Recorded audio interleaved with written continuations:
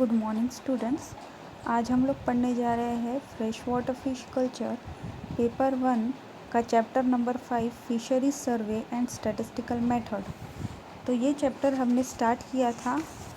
इसमें हमने फिशरी सर्वे के बारे में पढ़ा था, वाटर एनालिसिस हमने पढ़ा था और उसके बाद हमने पढ़ा था फिशरी स्टैटिस्टिक के बारे में।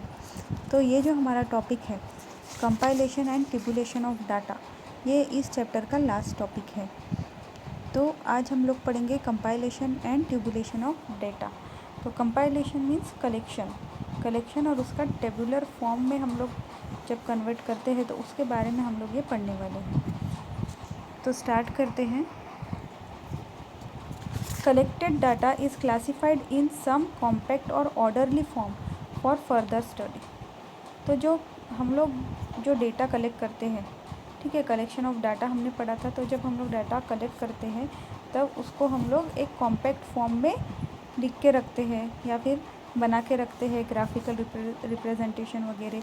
तो ये सब हम लोग क्यों करते हैं कि आगे हमको फर्दर स्टडी के लिए काम में आए। तो इसीलिए हम उसको कॉम्पैक्ट फॉर्म में या फिर टेबुलर फॉर्म में लिख के रखते हैं। It helps in bringing together similarity and dissimilarity. तो इसके वजह से क्या होता है, ये डेटा जो हम लोग बना के रखते हैं उससे हमको दोनों भी चीज़ें साथ में पढ़ने को मिलती है और दोनों भी चीज़ें हम लोग साथ में बना सकते हैं। सिमिलैरिटी, उसमें क्या सिमिलैरिटीज़ है जो डेटा हमने लिया है और उसमें डिसिमिलैरिटीज़ क्या है।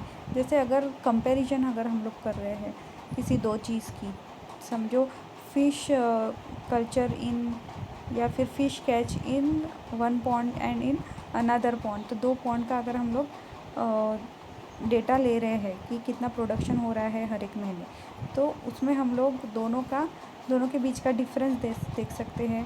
उसमें सिमिलैरिटीज़ क्या है, कौन से महीने में क्या सिमिलैरिटीज़ दिखी, कब डिसिमिलैरिटी दिखी। तो ये हम लोग सब ये जो हम लोग डेटा कलेक्शन करते हैं उसको जब हम लोग टेबुलर फॉर्म में वगैरह बनाते हैं तब हमको ये एक साथ स्टडी कर सकते हैं।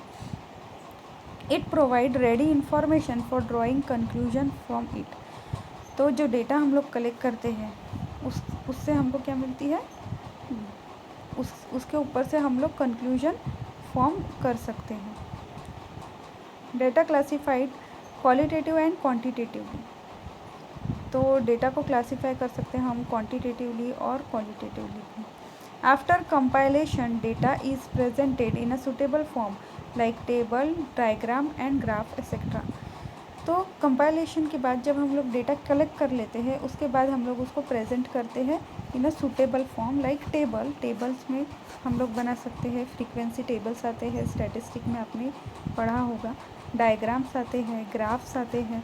तो ये सब किसके लिए होता है, डेटा इंटरप्रेट करने के लिए, कि वो ग्राफ देखते ही हम लोग समझ जाते हैं कि समझो किसी ईयर के बारे में बता रहे हैं, 4-5 ईयर का डेटा वहाँ पे उस ग्राफ में बना हुआ रहता है। तो हम लोग देखकर ही बता सकते हैं ये साल इतना प्रोग्रेस हुआ, ये साल प्रोग्रेस नहीं हुआ। तो ये जो ग्राफिकल रिप्रेजेंटेशन होता है तो इससे हम लोग बहुत जल्दी अंडरस्टूड कर सकते हैं। Frequency distribution table. अभी जो टेबुलर फॉर्म में जब हम लोग डेटा बनाते हैं तो वो कैसे बनाते हैं, it is one of the methods of summarising the data into systematic manner. तो ये एक सिस्टमैटिक मैनर में डेटा को समराइज करने की एक तरीका है frequency distribution table. Once the data is collected then it must be summarized into such format that at least main feature of the data made clear। तो अगर डेटा जब हम लोग कलेक्ट करते हैं तो उसको हम लोग समराइज़ करके रखते हैं ताकि जो मेन फीचर है वो ऊपर से ही देखकर ध्यान में आ जाए। In summarisation the observation of the data should be classified into different group. तो जब हम लोग समराइजेशन करते हैं, उसकी समरी हम लोग बनाते हैं, तब जो डेटा होता है वो अलग अलग ग्रुप में क्लासिफाइड किया जाता है, जिसको क्लास इंटरवल्स बोलते हैं। Note down the number of observation in each group and put in a tabular form. Tabular form में हम लोग उसको बनाते हैं। हम लोग हर एक ऑब्जर्वेशन लेते हैं। अभी आपको आगे एग्जाम्पल के साथ जब बताएंगे तब आपको समझ में आएगा। जैसे किसी बच्चों की हाइट है या फिर एज है, तो एक क्लास में बच्चे हैं समझो 50, उनके एजेस हमको निकालने हैं। तो हम लोग क्या करेंगे, टेबल बना के उसमें उनकी एजेस टेबुलर फॉर्म में लिखेंगे। ठीक है, जैसे जिसकी 5 से 5.5 की हाइट है उसको एक इसमें डालेंगे, फिर 5.5 से ज़्यादा हाइट है उनको दूसरे वाले ग्रुप में डालेंगे। तो इस तरीके से हम लोग टेबुलर फॉर्म में ये बना सकते हैं data. The table which shows the distribution of frequencies of observation into different classes interval is known as frequency distribution table. तो वो टेबल क्या बताता है हमको, distribution of frequency of observation, मतलब हम लोग कितने ऑब्जर्वेशन ले रहे हैं। 50 स्टूडेंट है तो 50 स्टूडेंट का ऑब्जर्वेशन लेंगे कि एक एक करके, एक पहले की हाइट इतनी है, दूसरे वाले की हाइट इतनी है, या फिर वेट। ठीक है, तो इस तरीके से हम लोग इसको क्या बोलते हैं, फ्रीक्वेंसी। मतलब 50 लोगों का ले रहे हैं ना हम, तो इसकी फ्रीक्वेंसी कितनी होगी, 50। अगर वही हम 30 लोगों का ले रहे हैं तो उसकी फ्रीक्वेंसी होगी 30। तो ये फ्रीक्वेंसीज को हम ऑब्ज़र्व करते हैं और उसको डिफरेंट क्लास इंटरवल्स में लिखते हैं, और उससे हम लोग जो टेबल फॉर्म करते हैं उसको बोलते हैं frequency distribution table. The data organise in the form of frequency distribution table is often called group data. तो जब हम लोग फ्रीक्वेंसी डिस्ट्रीब्यूशन टेबल में डेटा ऑर्गेनाइज करके लिखते हैं तो उसे ग्रुप डेटा भी कहा जाता है। मीन्स ये पूरे ग्रुप का डाटा उसमें हम लोग भरते हैं। Rules to be followed in forming frequency distribution table. अब फ्रीक्वेंसी डिस्ट्रीब्यूशन टेबल जब हम लोग बनाते हैं तो कौन से रूल्स फॉलो किए जाते हैं। Number of class intervals should be between 5 to 20। Class interval 5 से 20 के बीच में होना चाहिए। If class interval exceed 20 then it is tedious and if less than 5 less accuracy. तो अगर क्यों बोला गया है 5 से 20 के बीच में, क्योंकि अगर 20 से ज़्यादा हो जाते हैं तो ये टीडियस हो जाता है, कठिन हो जाता है। एंड इफ़ लेस देन 5, अगर 5 से कम होती है क्लास इंटरवल तो फिर एक्यूरेसी में प्रॉब्लम आता है, एक्यूरेसी नहीं आती अच्छे से। तो देखो क्लास इंटरवल किसको बोला है, यहाँ पे ये जो टेबल है, तो ये क्या है, क्लास इंटरवल्स। ठीक है, ये है क्लास इंटरवल्स, इसको बोला है class intervals. Class interval, the difference between 2 class limit is known as class interval. Means 2 class limit के बीच में का जो डिफरेंस है उसको क्या बोला है, क्लास इंटरवल। उसके बाद है class limit, the point which make demarcation between the classes are the class limit. Means ये जो 2 पॉइंट है समझो 10 और 14, ये क्या हो गई यहाँ पे क्लास लिमिट, 15 और 19। ठीक है, ये है क्लास लिमिट। उसके बाद 20, 24।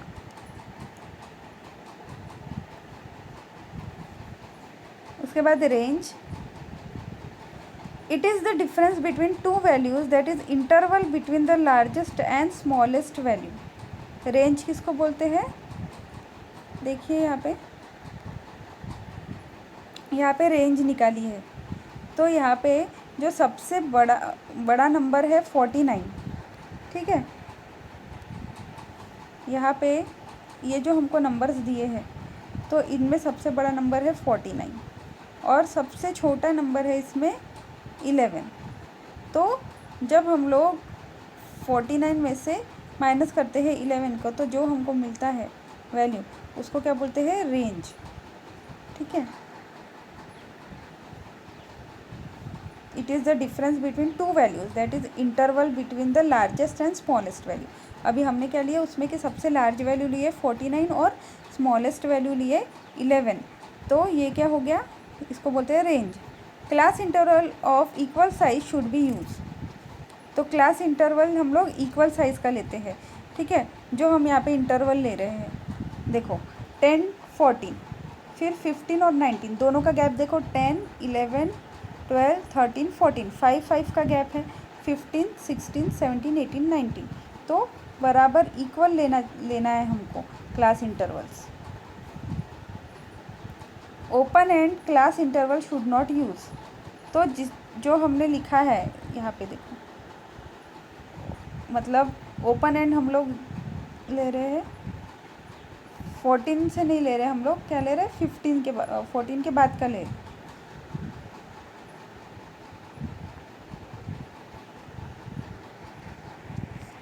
Class interval should not be too large और टू स्मॉल। तो क्लास इंटरवल बहुत ज़्यादा लार्ज नहीं होने चाहिए और स्मॉल भी नहीं होने चाहिए। To decide the class intervals first search the largest and smallest number in the given data.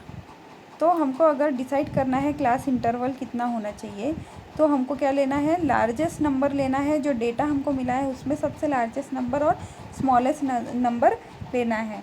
Then subtract the smallest number from largest number so range will obtain.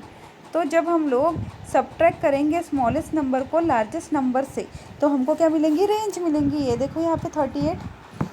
तो हमने क्या किए, स्मॉलेस्ट नंबर जो है 11 उसको लार्जेस्ट नंबर में से minus कर दिए, 49 में से 11 को माइनस कर दिए, तो हमको ये क्या मिली, रेंज मिली। ठीक है। Divide the range into convenient number of classes class interval having the same size. तो इसको हमको क्या करना है, डिवाइड करना है। तो इक्वल नंबर बराबर आने चाहिए क्लास इंटरवल। तो हमने क्या किया, 38 + 2 = 40 और 40 को हमने 8 से डिवाइड कर दिए, तो हमको आंसर क्या मिला, 5। Determine the number of observation come into each class interval. और हर एक क्लास इंटरवल में कितने नंबर आ रहे हैं ये हमको देखना है। तो एग्जाम्पल है यहाँ पे देखो, ये डेटा दिया है एग्जाम्पल में। The length in centimetre of 30 randomly selected fishes are given below. तो 30 फिशेस की यहाँ पे लेंथ दी है, 14, 25, 17, 20, 35, 38, 40 ऐसे करते हुए दी है, लास्ट तक के 20 और 14 तक के। तो ये 30 रैंडमली सिलेक्टेड फिशेस है, जो हाथ में आई वो समझो। तो ऐसी सिलेक्टेड फिशेस है रैंडमली जिनकी लेंथ यहाँ पे लिखी है। तो अभी हम लोग फ्रीक्वेंसी टेबल बनाएंगे, ये है। तो हमने क्लास इंटरवल डाल दिए, तो सबसे स्मॉलेस्ट वहाँ पे 11 है और लार्जेस्ट है 49। तो हम लोग क्या लेंगे, 11 है ना, तो 10 to 14 का क्लास इंटरवल लेंगे और उसके बीच में हमको 5 का डिफरेंस रखना है। 10 to 14 में आ गया 5 का डिफरेंस, फिर 15 to 19, फिर 20 to 24 ऐसे करते हुए 45 to 50।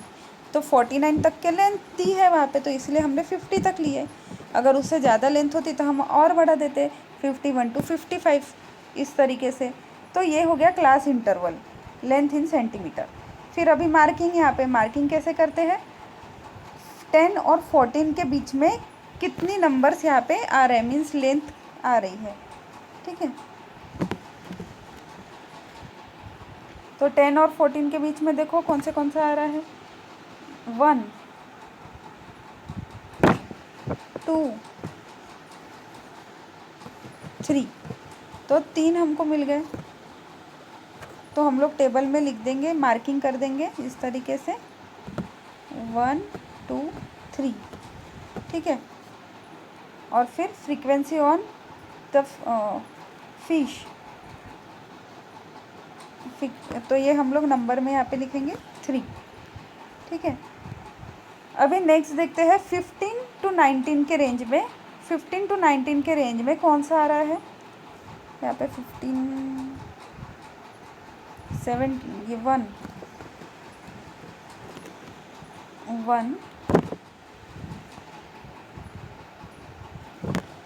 2, 3,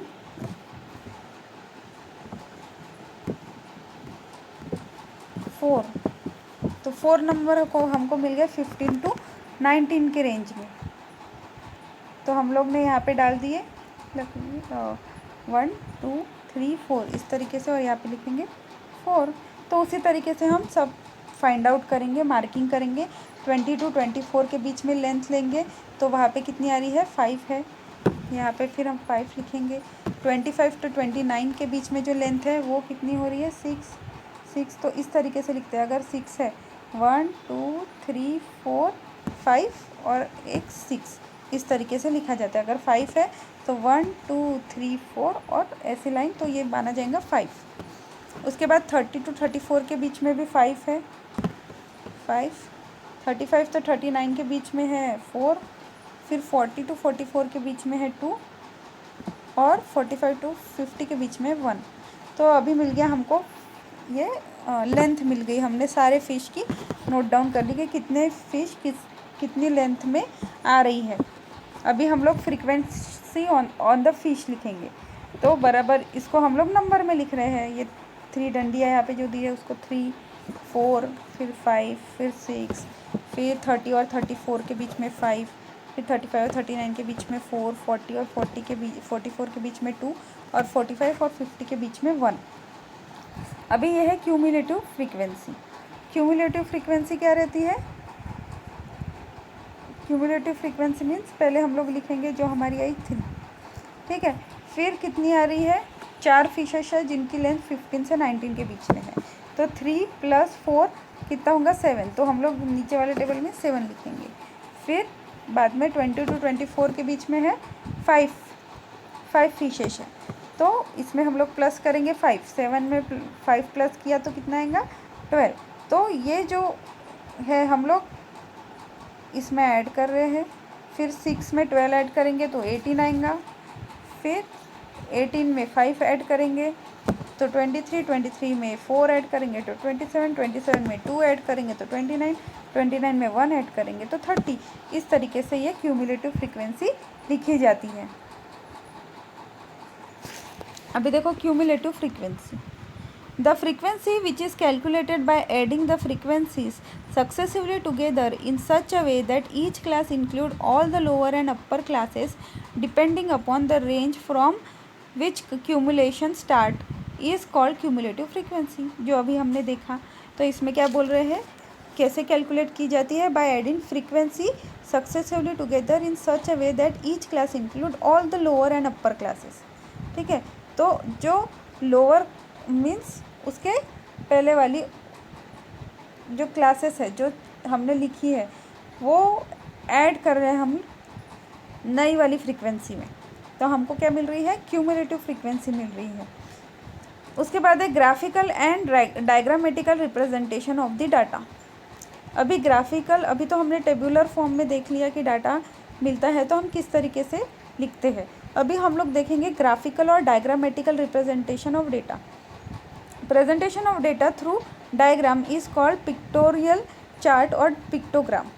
तो जो प्रेजेंटेशन हम लोग देते हैं डायग्राम के थ्रू उसे पिक्टोरियल चार्ट और पिक्टोग्राम्स कहते हैं, क्योंकि उसमें पिक्चर्स होती है।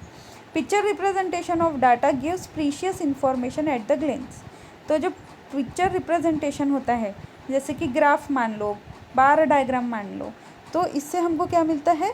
जो इन्फॉर्मेशन मिलती है वो एकदम एक बारी में ही देखने से पता चल जाता है क्या वहाँ पे ऊपर नीचे हो रहा है, क्या प्रोडक्शन है, समझो। In addition to frequency distribution table the graph and diagrams are also commonly used in presentation of data. तो फ्रीक्वेंसी टेबल के अलावा भी ग्राफ्स और डायग्राम्स को भी यूज़ किया जाता है डेटा को प्रेजेंट करने के लिए। The diagrammatic and graphical representation of data brings the light on outstanding feature at a glance. तो जो डायग्रामेटिक और ग्राफिकल रिप्रेजेंटेशन होता है, जो डेटा हमको मिलता है उसका, तो वो हमको एकदम आउटस्टैंडिंग फीचर उसमें दिखते हैं और हमको एक बार में ही वो समझ में आ जाता है। एट अ ग्लैंस हमको दिखता है, मतलब एक बार देखने से ही क्या सिचुएशन है वो सब हमको समझ में आ जाती है। अभी है significance of diagrams and graphs. The diagrams and graphs are easily understood by a common man and the impression created by such representation is longer lasting। तो जो डायग्राम और ग्राफ्स हम लोग बनाते हैं उससे एक कॉमन मैन भी वो इजीली समझ सकता है और उससे जो इम्प्रेशन पड़ता है आगे वाले पे, मतलब जो समझ में आ जाता है एक बार देखने से, वो बहुत लॉन्ग लास्टिंग रहता है। ठीक है, जो कि हम लोग न्यूमरिकली जो अगर किसी को समझाते हैं तो वो उसको इतने अच्छे से नहीं समझेगा, बल्कि जब हम लोग ग्राफ और डायग्राम से जब हम लोग ये जो डेटा उसको समझाते हैं तो वो उसको जल्दी से समझ जाएंगे और बहुत दिन तक वो मतलब उसको याद रहेगा। They also make easy the comparison of data, तो इसके वजह से कंपैरिजन करना भी, जो डाटा है हमारा उसके बीच का कंपैरिजन भी ईजी हो जाता है। The graphs and diagram supplement the frequency distribution table and not replace it. तो ये फ्रीक्वेंसी डिस्ट्रीब्यूशन टेबल को सप्लीमेंट कर सकते हैं ग्राफ और डायग्राम्स, बट उसको रिप्लेस नहीं कर सकते हैं। फ्रीक्वेंसी डिस्ट्रीब्यूशन टेबल अपनी जगह पे बराबर है और मतलब यूज़फुल है, और ग्राफ्स और डायग्राम्स अपनी जगह पे है। Most commonly use diagram are bar diagram, it is made only compare different variable. तो सबसे कॉमनली यूज डायग्राम है जो कि बार डायग्राम, जो हम लोग मैथ्स में वगैरह भी बनाते हैं, ज्योग्राफी में हम लोग क्रॉप्स वगैरह को दिखाने के लिए बनाते हैं। तो स्टैटिस्टिक रिकॉर्ड में बार डायग्राम्स बहुत ज़्यादा बनाए जाते हैं, और ये डिफरेंट वेरिएबल्स को कंपेयर करने के लिए बनाए जाते हैं।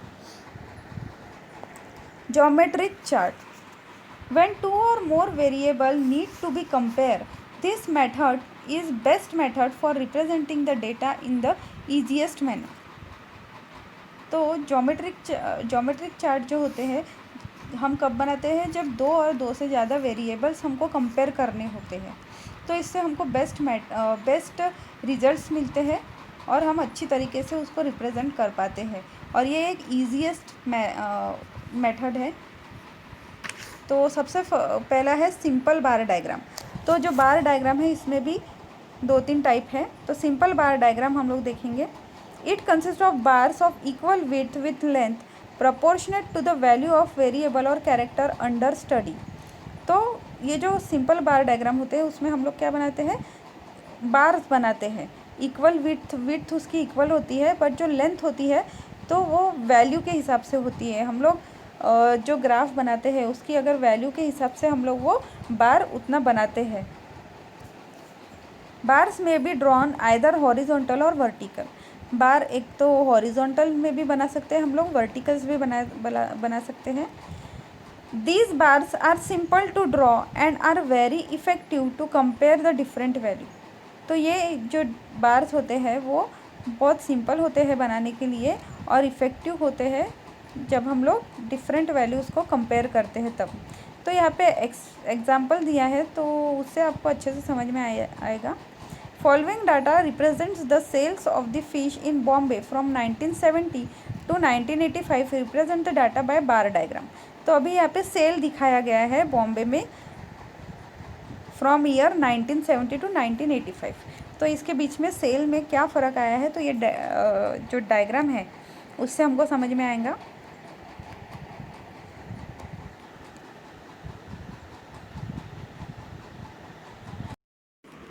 तो देखिए स्टूडेंट्स, यहाँ पे हमारे बुक में जो दिया है net cell in 1000 of rupees. तो ये 1000 ऑफ रुपीज़ में हमको दिया है, जैसे 8000, जैसे यहाँ पे देखो ईयर दिया है 1970, 1975, 1980 और 1985, और ये 8 मीन्स 8000 रुपीज़ है। ये नेट सेल हुआ है 1970 में। फिशेस का कितना हुआ है, 8000 इन 1970, 6000 इन 1975, 15000 इन 1980 एंड 28000 इन 1985। और इसका ये बार डायग्राम बनाया गया है। तो इस तरीके से हम लोग ग्राफ बनाते हैं, बार डायग्राम बनाते हैं। ये है एक्स एक्सिस और ये है वाई एक्सिस। तो हमने प्लॉट किया है इस पर। यहाँ पे हमने देखो दिया है नेट सेल इन रुपीज़ 1000। तो नेट सेल हमने लिख दिया 5000, 10,000, 15,000, 20,000, 25,000 और 30,000। और यहाँ पे जो है हमने बना दिया है ईयर। तो ईयर हमको कहाँ से लेना, 1970, 1975, 1980 और 1985। तो देखो हमने ये ईयर यहाँ पे प्लॉट कर दिए हैं। और अभी हम लोग देखेंगे 1970 में कितना हुआ है, 8000 सेल हुआ है। तो 10 के थोड़ा नीचे आएगा तो इस लेवल में आएगा 8000। यहाँ पे हमने ये बार बना दिया। फिर 1975 के ईयर में कितना हुआ है, 6000। तो 5 के थोड़ा ऊपर आएगा ये 6000। उसके बाद 1980 में हुआ है 15,000, तो बराबर 15 पे ये बार आ रहा है। उसके बाद 1985 में हुआ है 28, तो 25 के ऊपर थोड़ा ये ग्राफ आएगा। तो ये हो गया बार डायग्राम, जिससे हम लोग बस ये डायग्राम देखकर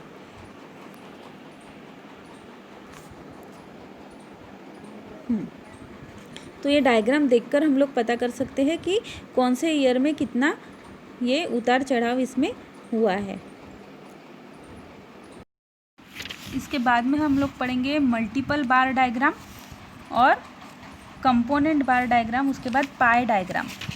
तो ये हम नेक्स्ट स्लाइड में पढ़ेंगे। Thank you students.